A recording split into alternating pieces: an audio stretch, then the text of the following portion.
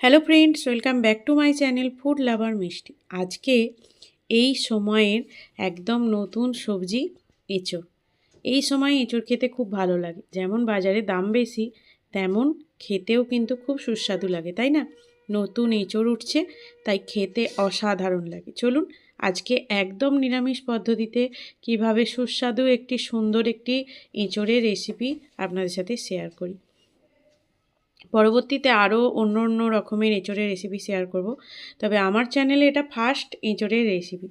প্রথমে কড়াই বসিয়ে দিয়েছি গ্যাসে, জল দিলাম আর দিলাম এঁচোড়। এঁচোড়টাকে প্রথমে সিদ্ধ করে নেব ভালো করে। এই সময়ের কচি কচি একদম এঁচোড় তো, তাই কচি এঁচোড়গুলো সিদ্ধ হতে খুব সময়ও লাগে এবং সিদ্ধ চট করে হতেও চায় না। তবে এই রকমই শক্ত শক্ত খেতেও ভালো লাগে। দিয়ে দিলাম একটু নুন আর দেবো একটু হলুদ। সিদ্ধ করার সময় একটু নুন হলুদ দিয়ে দিলে কি হয়, ভিতরে মানে এঁচোড়ের মধ্যে ওই নুন হলুদ ঢুকে যায়, খেতেও বেশ সুস্বাদু লাগে। বেশ কিছুটা জল দিয়ে কিন্তু করতে হবে। আমি আজকে এটা কড়াইতেই করলাম, আর আপনারা চাইলে ওই কুকারেও করে নিতে পারেন। কুকারে করলে সময়টা কম লাগবে। এর সাথে দিয়ে দিলাম মটরশুঁটি। মটরশুঁটিটা তো এখন সব জায়গাতেই অ্যাভেলেবেল, আর আপনারা চাইলে মটরশুঁটি স্টোরও করে রেখে দিতে পারেন। একদম দিয়ে দিলাম। এখনও সিদ্ধটা হয়নি, আর হয়েই এসেছে। কারণ কি, এই কচি এঁচোড় সিদ্ধ হতে সময় লাগে, মানে সিদ্ধ ভালো করে হতে চায় না, তাই জন্যই। তো চলুন একটা মশলার পেস্ট বানাতে হবে। এখানে দিয়ে দিলাম আদা, কাঁচা লঙ্কা, টমেটো, আর দিলাম একটু ফ্রেশ ক্রিম। আমি দেখলাম নিরামিষ রান্নায় এখন যদি একটু ফ্রেশ ক্রিম দেওয়া যায়, মানে ওই ধরুন 1 চামচ, চা চামচের 1 চামচ একটা ফ্রেশ ক্রিম দিলে রান্নার টেস্ট খুব ভালো হয়। তাই আমি দিয়ে দিয়েছিলাম কি মশলা দেখতেই পেলেন, ওটা একটা পেস্ট বানিয়ে নিলাম স্মুথ।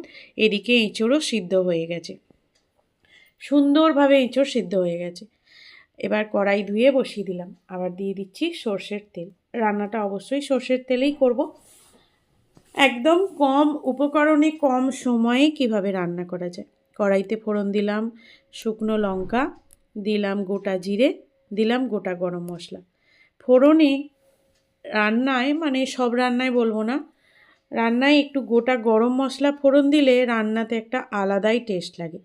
আর যখন ফোড়নে গরম মশলা দেবেন, মানে আপনাকে তার পরের উপকরণটা রেডি রাখতে হবে। গরম মশলাটা জাস্ট ফোড়নের তেলে ছাড়বেন, সাথে সাথে অন্য যে তারপরের যেটা দেবেন তেলে, সেটা একদম দিয়ে দিতে হবে। বেশিক্ষণ সময় লাগালে চলবে না, তাহলে কিন্তু গরম মশলার সেন্ট যে গন্ধটা, সেটা কিন্তু উবে যাবে। তাই জন্যই গরম মশলাটা দেওয়া, আর তার ওপরে যে তারপরের উপকরণটা দেবেন সেটাও দিয়ে দিতে হবে। অনেকটা বকে ফেললাম। এদিকে আমার আলু, এঁচোড় এগুলো ভাজা হয়ে গেল। দেখুন তো, এই সময়ের মধ্যে আলু, এঁচোড় দিয়ে দিয়েছিলাম, ভাজা হয়ে গেল। এরপরে যে মশলার পেস্টটা বানিয়ে রেখেছিলাম সেটাও দিয়ে দিলাম।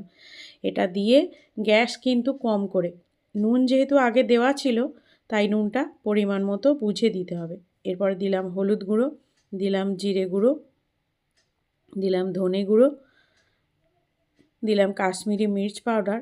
আমরা কাঁচা লঙ্কা ব্যবহার করি বলে কাশ্মীরি মির্চ পাউডারটা শুধু কালারের জন্য ব্যবহার করি। দিলাম ধনে গুঁড়ো। আর বেশি কিছু মশলার প্রয়োজন এতে নেই। এবার গ্যাস আস্তে করে এইটাকে পুরো কষাতে হবে, যাতে তরকারির মানে সবজিগুলো অর্ধেক সিদ্ধও হয়ে যায়, আর তার সাথে মশলাটা সুন্দর করে কষাও হয়ে যায়। নিরামিষ রান্না যেহেতু আদা বাটা, সেহেতু জোরে গ্যাস দিয়ে কষলেই কী হবে, তরকারি তেঁতো হয়ে যাবে। তাই সবসময় চেষ্টা করতে হবে গ্যাস আস্তে করে চাপা দিয়ে দিয়ে মশলা কষে তরকারিটা করার। তো সেইভাবেই আমি আর কি করছি, চাপা দিচ্ছি, কষছি, আবারও ঢাকা খুলে আবারও একটু নাড়াচাড়া করে দিচ্ছি। তো এবার দেখুন কষা হয়ে গেছে, তরকারির রঙটাও পাল্টে গেছে।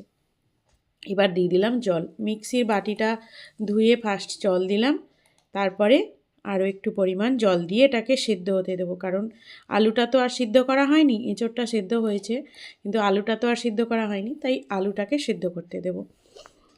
দেখুন প্রায় হয়েই এসেছে, ওই এঁচোড়টার জন্য আর কি একটু সমস্যা। আবারও একটু ঢাকা চাপা দিয়ে দিলাম।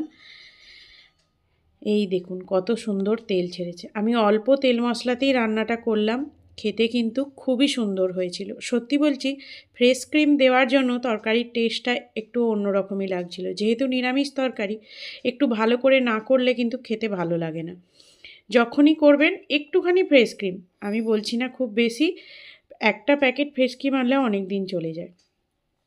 এটা দিলাম আমি হলো ব্রাউন সুগার, আর দিলাম একটু ঘি। নিরামিষ তরকারিতে ঘি দিলে অসাধারণ টেস্ট লাগে, তাই না? তো ব্রাউন সুগার মিষ্টি, চিনি ব্যবহার করি না তরকারিতে, মানে চিনি খাওয়াটাই বন্ধ করেছি, কারণ চিনিটা খুবই অস্বাস্থ্যকর জিনিস।